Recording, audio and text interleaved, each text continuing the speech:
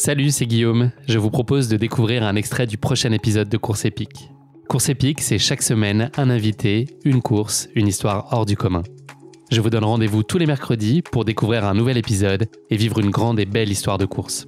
Mais avant ça, place à un extrait de notre prochain épisode. Ton avis sur le parcours, ton sentiment, est-ce que tu le sens à ta main est plutôt favorable ? De ce que tu as pu en voir et puis de ce que, en tout cas, la topographie raconte? Ouais, avant la course, j'avais quand même des doutes. Enfin, je me souviens que j'étais allée voir Adrien Séguret la veille pour parler un peu nutrition pendant la course, et je lui avais dit que ma crainte, c'était que à l'entraînement, et même de ma vie, j'avais jamais fait autant de kilomètres et de dénivelé d'un coup en course. Et que à l'entraînement, jusqu'à présent, la plus grosse sortie longue que j'avais fait, c'était 35 km avec 2500 mètres de dénive, et que j'avais déjà trouvé ça super long et qu'il fallait encore en rajouter 10 bornes, quoi. Et c'était ma crainte. Et il m'avait dit, t'inquiète pas, ce que t'as fait là à l'entraînement, c'est super, et tu verras qu'en course, ça passera beaucoup plus vite et tu réussiras à faire les 44 km sans souci. Donc, ma crainte, c'était de la longueur du parcours. Ensuite, de ce qu'on me racontait, j'avais aussi des craintes par rapport au dénivelé, à me dire mais là je vais être complètement cramée il y a vraiment trop de dénivelé. Et au final, c'est vrai que pendant la course, en fait, tout s'est bien enchaîné et j'ai pas spécialement subi cette distance et ce dénivelé. Enfin, bien sûr, c'était dur, mais mes craintes se sont évaporées, on va dire. Sur la stratégie de course, qu'est-ce que toi tu avais en tête, et puis de quelle façon elle se construit? Est-ce que c'est concerté avec Adrien, qui est le sélectionneur de l'équipe de France? Est-ce que Philippe aussi t'apporte ses lumières? Est-ce que c'est toi qui globalement donne un peu le ton? Là, pour le coup, vu que j'avais vu Adrien la veille, on en avait quand même parlé de la stratégie, et elle est liée à la stratégie nutrition, je trouve, parce que du coup, il me conseillait de partir placé, mais pas en tête, enfin prudemment, on va dire, placé, juste placé. Alors placé, pour moi, ça voulait dire partir 6 ou 7, hein, ça voulait pas dire partir deuxième, mais voilà, il me conseillait placé. De prendre du coup un gel assez rapidement, donc ça je l'ai pris au bout d'une heure, j'aurais dû le prendre encore avant selon lui, mais voilà, je l'ai pris quand j'ai pu le prendre aussi. Et derrière, il pensait que la course allait se jouer dans la dernière montée, et je pense qu'il s'est pas trompé, parce qu'il m'a dit, si t'as encore du jus dans la dernière montée, faut essayer d'en mettre, et à ce moment-là de faire de prendre l'avantage. Et je pense que c'était encore un peu nébuleux, cette stratégie, dans ma tête, même au départ.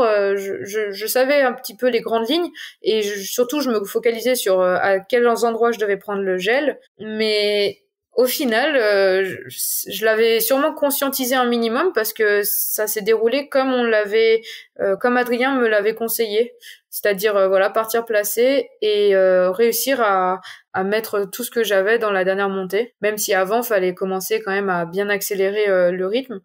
Donc finalement, j'avais pas l'impression de l'avoir tant conscientisé que ça, cette stratégie, mais je pense qu'elle était bien ancrée en moi quand même.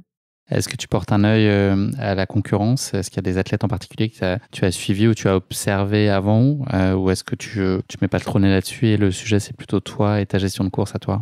Ouais, non, là, en plus je connaissais pas spécialement les athlètes. J'avais regardé la start list. Il y avait des noms que je connaissais, comme Emily Forsberg, forcément. Judith Wider, je la connaissais aussi de nom. Je savais qu'elle était forte. Mais après, franchement, je connaissais pas trop les noms. Vu que dernièrement, je faisais plus les courses en montagne. Là, j'étais pas spécialement alertée par les noms. Et pendant la course, j'essayais de voir. Il y avait les prénoms sur les dossards. Donc, quand il y avait quelqu'un qui ressemblait à une fille qui me doublait ou que je doublais, j'essayais de lire son prénom sur le dossard. Mais sinon, je me suis quand même beaucoup focalisée sur moi et pas spécialement sur le reste. Ton objectif, c'est quoi? Est-ce qu'il est avant tout d'ordre individuel et tu te dis que plus tu performes, plus ça servira à l'équipe? Qu'est-ce que tu peux rêver comme course idéale? Est-ce que le titre, c'est quelque chose que tu envisages avec des convictions, ou c'est un scénario rêvé?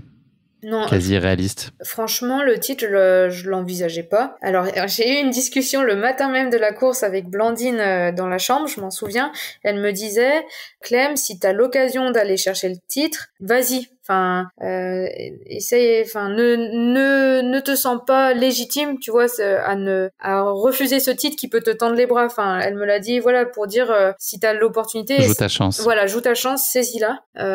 Bon, elle m'a dit ça, j'y croyais pas spécialement, franchement, je savais que j'étais en forme et tout ce que je voulais c'était faire une course pleine, comme on dit, une course réussie, pas craquer, courir tant que je pouvais courir dans les montées, mais je restais vraiment concentrée sur mon effort et mon déroulé de course plutôt que sur la place. Après, bien sûr, pendant la course, il y a des choses qui se jouent dans la tête, mais en tout cas, en amont de la course, c'était faire une belle course, du mieux que je peux.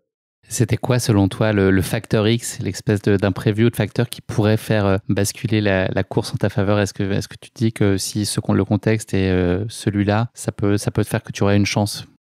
Je m'étais dit que si en haut de la dernière bosse, j'étais bien placée, bon, c'était dans la stratégie, je lâchais vraiment tous les chevaux dans la dernière descente, vu qu'on m'avait assuré que ça ne remontait pas d'un mètre de dénivelé. Donc voilà, ça c'était ma petite carte à jouer si j'étais, et dans tous les cas c'était ma carte à jouer. La dernière descente, je la ferai à fond et je grappillerai toutes les places que je peux grappiller.